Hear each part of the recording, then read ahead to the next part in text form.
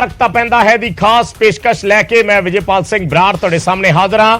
शुरुआत एक वड्डी खबर दे नाल भारत भूषण आशू नूं विजिलेंस वालों अदालत च पेश किया गया है।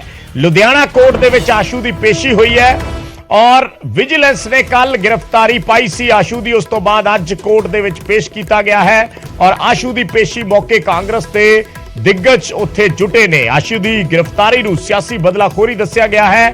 दस दईए कि कथित ट्रांसपोर्ट घोटाले दे विच भारत भूषण आशू दी गिरफ्तारी हुई है और इस नूं लैके सियासत पिछले कई दिनों की गरमाई हुई सी। खुद कांग्रेस दे जिहड़े आगू सी सारे आशू समेत विजिलेंस दे दफ्तर दे बाहर प्रदर्शन करन पहुंचे सी और उस मौके कहा सी कि सानू गिरफ्तार कर लो। उस तो बाद शाम हुंदे हुंदे आशू नूं गिरफ्तार कर लिया गया। विजिलेंस ने एक सैलून दे विचों उन्हां नूं कटिंग करवाउंदे समय चक लिया। उस तो बाद आशू की गिरफ्तारी पाई गई। उस मौके भी कांग्रेसियां ने वड्डे पद्धर ते प्रदर्शन किया ते हुण क्योंकि 24 घंटिया के अंदर कोर्ट दे विच पेश करना हुंदा है, सो लुधियाना कोर्ट दे विच आशू नूं पेश किया गया है। थोड़ी देर दे विच ये चीज़ां स्पष्ट हो जाणगियां कि किन्ना रिमांड विजिलेंस मंगदी है और किन्ना रिमांड किन्ने दिन का रिमांड कोर्ट वालों दिता जाता है। सो पेशी हो चुकी है लुधियाना की अदालत दे विच साबका मंत्री भारत भूषण आशू दी, जिन्हां दे कोल फूड सप्लाई का महकमा रहा है। पिछली सरकार के दौरान फूड सप्लाई विभाग का जिम्मा भारत भूषण आशू के कोल सी और उस महकमे दे विच ट्रांसपोर्ट घोटाले दे इल्जाम लगे ने। इन्हां इल्जामां दे तहत आशू नूं गिरफ्तार किया गया है। अज कोर्ट दे विच पेश किया गया है। एक्सक्लूसिव तस्वीरां असीं दिखा रहे हां भारत भूषण आशू की पेशी मौके दियां। ਤੁਸੀਂ ਠੇਕੇਦਾਰ ਫੜਿਆ ਤੇ ਠੇਕੇਦਾਰ ਨੇ ਤੁਸੀਂ ਕਹਿੰਦੇ ਹੋ ਵੀ ਇਹਨਾਂ ਨੇ ਨਾਂ ਲੈ ਤੇ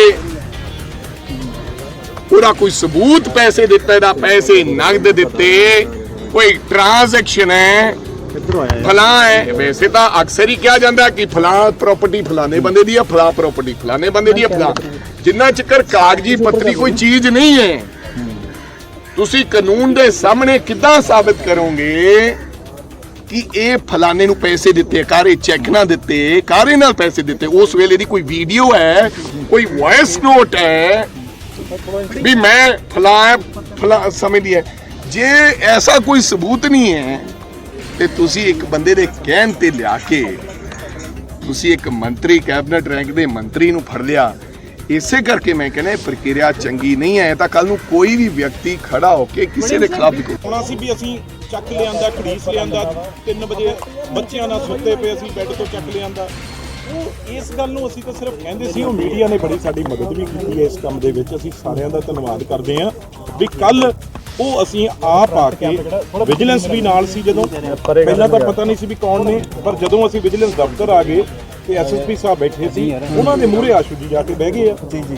ਅਸੀਂ ਆਪਣੀ ਗੱਡੀ ਚ ਆ ਕੇ ਗ੍ਰਿਫਤਾਰੀ ਆ ਜਿਹੜੀ ਉਹ ਸਰੈਂਡਰ ਆ ਜਿਹੜਾ ਉਹ ਉਹਨਾਂ ਨੇ ਮਰਜ਼ੀ ਨਾਲ ਕਰਤਾ। ਇਸ ਵੇਲੇ ਕੋਈ ਇਸ ਵੇਲੇ ਤੱਕ ਉਹਨਾਂ ਨਾਲ ਜੇ ਮੈਂ ਕਹਾਂ ਕੋਈ ਧੱਕਾ ਹੋਇਆ ਜਾਂ ਉਹਨਾਂ ਨਾਲ ਕੋਈ ਐਸੀ ਗੱਲ ਹੋਈ ਆ, ਕੱਲ ਦੀ ਰਾਤ ਕੋਈ ਵੀ ਐਸੀ ਗੱਲ ਨਹੀਂ ਹੋਈ।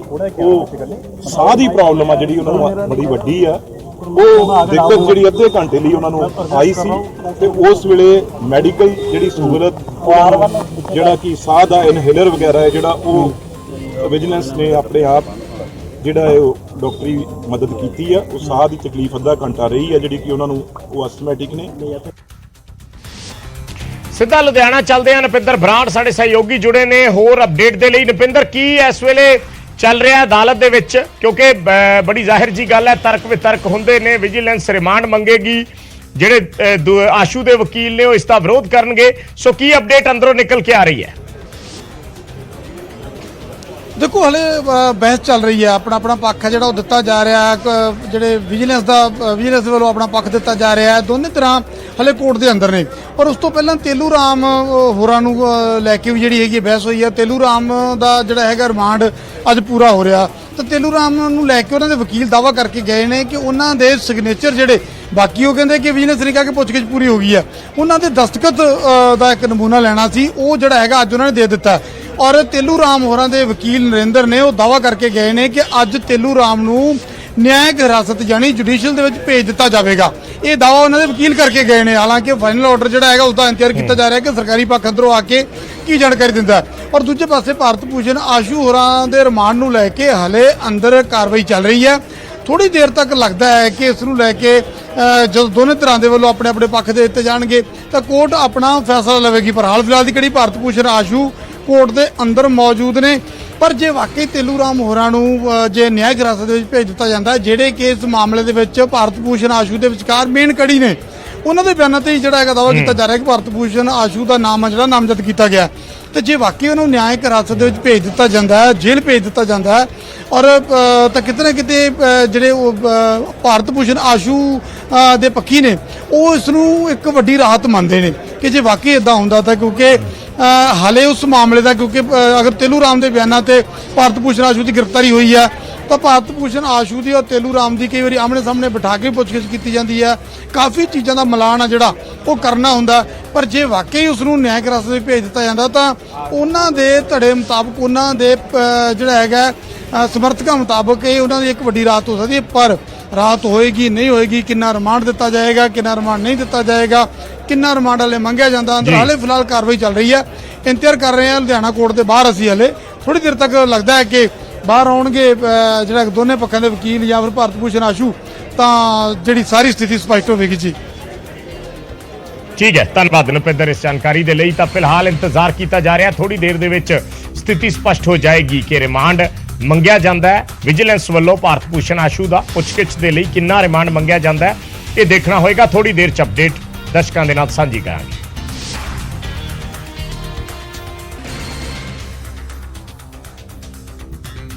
ਇੱਕ ਪਾਸੇ ਸਾਬਕਾ ਮੰਤਰੀ ਭਾਰਤ ਭੂਸ਼ਣ ਆਸ਼ੂ ਦੀ ਗ੍ਰਿਫਤਾਰੀ ਹੋਈ ਤਾਂ ਦੂਜੇ ਪਾਸੇ ਸੀਐਮ ਮਾਨ ਨੇ ਵੀ ਤੰਜ ਭਰੇ ਅੰਦਾਜ਼ 'ਚ ਆਸ਼ੂ ਤੇ ਹਮਲਾ ਬੋਲਿਆ।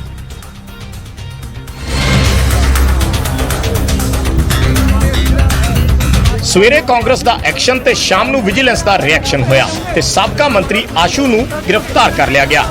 ਸੀਐਮ ਮਾਨ ਨੇ ਤੰਜ ਕੱਸਿਆ। ਤੰਜ ਆਸ਼ੂ ਦੇ ਗ੍ਰਿਫਤਾਰ ਹੋਣ ਤੋਂ ਪਹਿਲਾਂ ਦੇ ਬਿਆਨ ਨੂੰ ਲੈ ਕੇ, ਜਿਸ 'ਚ ਆਸ਼ੂ ਕਹਿ ਰਹੇ ਸੀ ਕਿ ਫੜ ਲਵੋ, ਤੇ ਸੀਐਮ ਨੇ ਕਿਹਾ ਕਿ ਜਦੋਂ ਆਸ਼ੂ ਨੂੰ ਫੜ ਲਿਆ ਤਾਂ ਫਿਰ ਵਿਵਾਦ ਕਿਉਂ। ਬਾਕੀ ਕਾਨੂੰਨ ਆਪਣੀ ਕਾਰਵਾਈ ਕਰੂਗਾ। ਹੁਣ ਇੱਥੇ ਆ ਕੇ ਤਾਂ ਕਹਿੰਦੇ ਸਾਨੂੰ ਫੜ ਲਓ, ਜਦੋਂ ਫੜ ਲਏ ਕਹਿੰਦੇ ਕਿਉਂ ਫੜੇ ਹੋ। ਨਾਲ ਹੀ ਆਸ਼ੂ ਦੀ ਗ੍ਰਿਫਤਾਰੀ ਨੂੰ ਲੈ ਕੇ ਕਿਹਾ ਕਿ ਜਿਸਨੇ ਪੰਜਾਬ ਨੂੰ ਲੁੱਟਿਆ ਉਸ ਤੋਂ ਹਿਸਾਬ ਲੈਣਾ ਤਾਂ ਬਣਦਾ ਹੈ। ਕਬੀਰਾ ਤੇਰੀ ਝੋਪੜੀ ਗਲ ਕਟੀਨ ਕੇ ਪਾਸ, ਜੋ ਕਰਨਗੇ ਸੋ ਭਰਨਗੇ, ਤੂੰ ਕਿਉਂ ਭੈ ਉਦਾਸ। ਤੇ ਜਦੋਂ ਐਕਸ਼ਨ ਤੇ ਸਰਕਾਰੀ ਰਿਐਕਸ਼ਨ ਹੋਵੇ ਤੇ ਵਿਰੋਧੀਆਂ ਦੀ ਭਾਸ਼ਾ 'ਚ ਉਹਨਾਂ ਨੂੰ ਜਵਾਬ ਮਿਲੇ ਤਾਂ ਫਿਰ ਫਰਕ ਤਾਂ ਪੈਂਦਾ ਹੈ।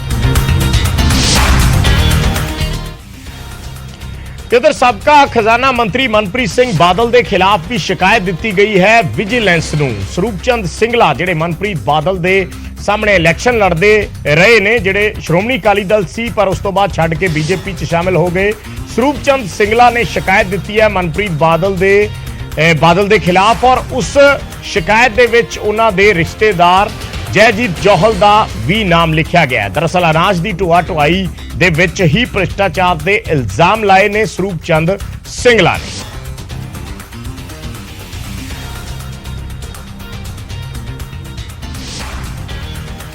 ਸੂਰਜਪਾਨ ਸਾਡੇ ਸਹਿਯੋਗੀ ਜੁੜੇ ਨੇ ਫੋਨ ਲਾਈਨ ਤੇ ਹੋਰ ਜਾਣਕਾਰੀ ਦੇ ਲਈ। ਸੂਰਜ, ਕੀ ਕੁਝ ਕਿਹਾ ਗਿਆ ਹੈ ਸ਼ਿਕਾਇਤ ਦੇ ਵਿੱਚ ਔਰ ਕੀ ਕੋਈ ਦੂਜੇ ਪਾਸਿਓਂ ਕੋਈ ਪ੍ਰਤੀਕਰਮ ਆਇਆ? ਦੇਖੋ, ਭਾਰਤ ਭੂਸ਼ਣ ਆਸ਼ੂ ਦੇ ਪਰਚਾ ਦਰਜ ਹੋਣ ਤੋਂ ਬਾਅਦ ਨਵੀਂ ਕੰਪਲੇਂਟ ਹੈ ਜਿਹੜੀ ਉਹ ਸਰੂਪਚੰਦ ਸਿੰਗਲਾ ਨੇ ਕੀਤੀ ਹੈ ਔਰ ਕਿਤੇ ਨਾ ਕਿਤੇ ਉਸ ਮਾਮਲੇ ਦੇ ਨਾਲ ਜੋੜ ਕੇ ਸ਼ਿਕਾਇਤ ਕਰਨ ਦੀ ਕੋਸ਼ਿਸ਼ ਸਰੂਪਚੰਦ ਸਿੰਗਲਾ ਕਰ ਰਹੇ ਨੇ। ਆਰੋਪ ਕਾਫੀ ਸੰਗੀਨ ਨੇ। ਆਰੋਪ ਇਹ ਨੇ ਇੱਕ ਫਰਜ਼ੀ ਕੰਪਨੀ ਬਣਾਈ ਜਾਂਦੀ ਹੈ, ਫਰਜ਼ੀ ਕੰਪਨੀ ਦੇ ਜ਼ਰੀਏ ਝੋਨਾ ਅਤੇ ਕਣਕ ਦੀ ਢੋਆ-ਢੁਆਈ ਹੁੰਦੀ ਹੈ ਔਰ ਟਰੱਕਾਂ ਦੇ ਜਿਹੜੇ ਨੰਬਰ ਹੈ ਉਹ ਫਰਜ਼ੀ ਨੇ, ਮੋਟਰਸਾਈਕਲਾਂ ਦੇ ਨੰਬਰ ਤੱਕ ਦੱਸੇ ਗਏ ਨੇ। ਜਿਸ ਦੀ ਜਾਂਚ ਨੂੰ ਲੈ ਕੇ ਵਿਜੀਲੈਂਸ ਦੇ ਐਸਐਸਪੀ ਬਠਿੰਡਾ ਨੂੰ ਕੰਪਲੇਂਟ ਕੀਤੀ ਗਈ, ਜਿਸ ਦੇ ਵਿੱਚ ਮੁੱਖ ਤੌਰ ਤੇ ਮਨਪ੍ਰੀਤ ਸਿੰਘ ਬਾਦਲ ਦਾ ਨਾਮ ਹੈ, ਦੂਸਰੇ ਪਾਸੇ ਉਹਨਾਂ ਦੇ ਜਿਹੜੇ ਡਰਾਈਵਰ ਜਗਜੀਤ ਦਾ ਨਾਮ ਦੱਸਿਆ ਤੇ ਗੁਰਤੇਜ ਨਾਮ ਦਾ ਜਿਹੜਾ ਕਾਂਸਟੇਬਲ ਹੈ, ਜਿਸ ਨੂੰ ਕਿ ਜੈਜੀਤ ਸਿੰਘ ਜੋਹਲ ਦਾ ਵੀ ਕਰੀਬੀ ਦੱਸਿਆ ਜਾ ਰਿਹਾ ਔਰ ਬੇਟੇ ਅਰਜਨ ਬਾਦਲ ਦਾ ਵੀ ਗਨਮੈਨ ਦੱਸਿਆ ਜਾ ਰਿਹਾ। ਇਹਨਾਂ ਦੇ ਆਰੋਪ ਇਹ ਨੇ ਕਿ ਫਰਜ਼ੀ ਕੰਪਨੀ ਬਣਾਈ ਹੈ, ਫਰਜ਼ੀ ਕੰਪਨੀ ਬਣਾ ਕੇ ਜਿਹੜੇ ਟਰੱਕਾਂ ਦੀ ਢੋਆ-ਢੁਆਈ ਕੀਤੀ ਜਾਂਦੀ ਉਸ ਦੇ ਵਿੱਚ ਟਰੱਕਾਂ ਦੀ ਜਗ੍ਹਾ ਤੇ ਨੰਬਰ ਹੈ ਜਿਹੜੇ ਉਹ ਬਾਈਕ ਤੇ ਦਿੱਤੇ ਨੇ ਔਰ ਸਿੱਧਾ ਇਸ਼ਾਰਾ ਇਹੀ ਹੈ ਕਿ ਘੁਟਾਲਾ ਹੋਇਆ ਔਰ ਟਰੱਕ ਆਪਰੇਟਰ ਨੇ ਉਹਨਾਂ ਦਾ ਹੱਕ ਮਾਰਿਆ ਗਿਆ, ਜਿਸ ਦੀ ਜਾਂਚ ਦੀ ਮੰਗ ਸਰੂਪ ਸਿੰਗਲਾ ਕਰ ਰਹੇ ਨੇ ਔਰ ਕਹਿ ਰਹੇ ਨੇ ਕਿ ਇਹ ਬਣਦੀ ਕਾਰਵਾਈ ਹੈ ਜਿਹੜੀ ਉਹ ਬੇਸ਼ੱਕ ਮੰਤਰੀ ਹੋਣ ਚਾਹੇ ਉਹਨਾਂ ਦੇ ਜਿਹੜੇ ਗਨਮੈਨ ਉਹਨਾਂ ਦੇ ਬਣਦੀ ਕਾਰਵਾਈ ਕੀਤੀ ਜਾਵੇ, ਜਿਸ ਨੂੰ ਲੈ ਕੇ ਐਸਐਸਪੀ ਵਿਜੀਲੈਂਸ ਨੂੰ ਅੱਜ ਸ਼ਿਕਾਇਤ ਹੈ ਜਿਹੜੀ ਉਹ ਸਰੂਪਚੰਦ ਸਿੰਗਲਾ ਵੱਲੋਂ ਦਿੱਤੀ ਗਈ ਹੈ।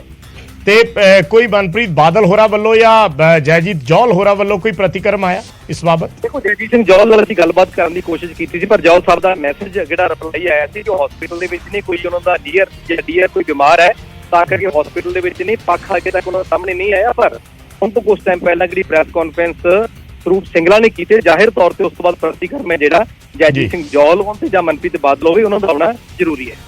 ਠੀਕ ਹੈ, ਧੰਨਵਾਦ ਸੂਰਜ ਇਸ ਜਾਣਕਾਰੀ ਦੇ ਲਈ।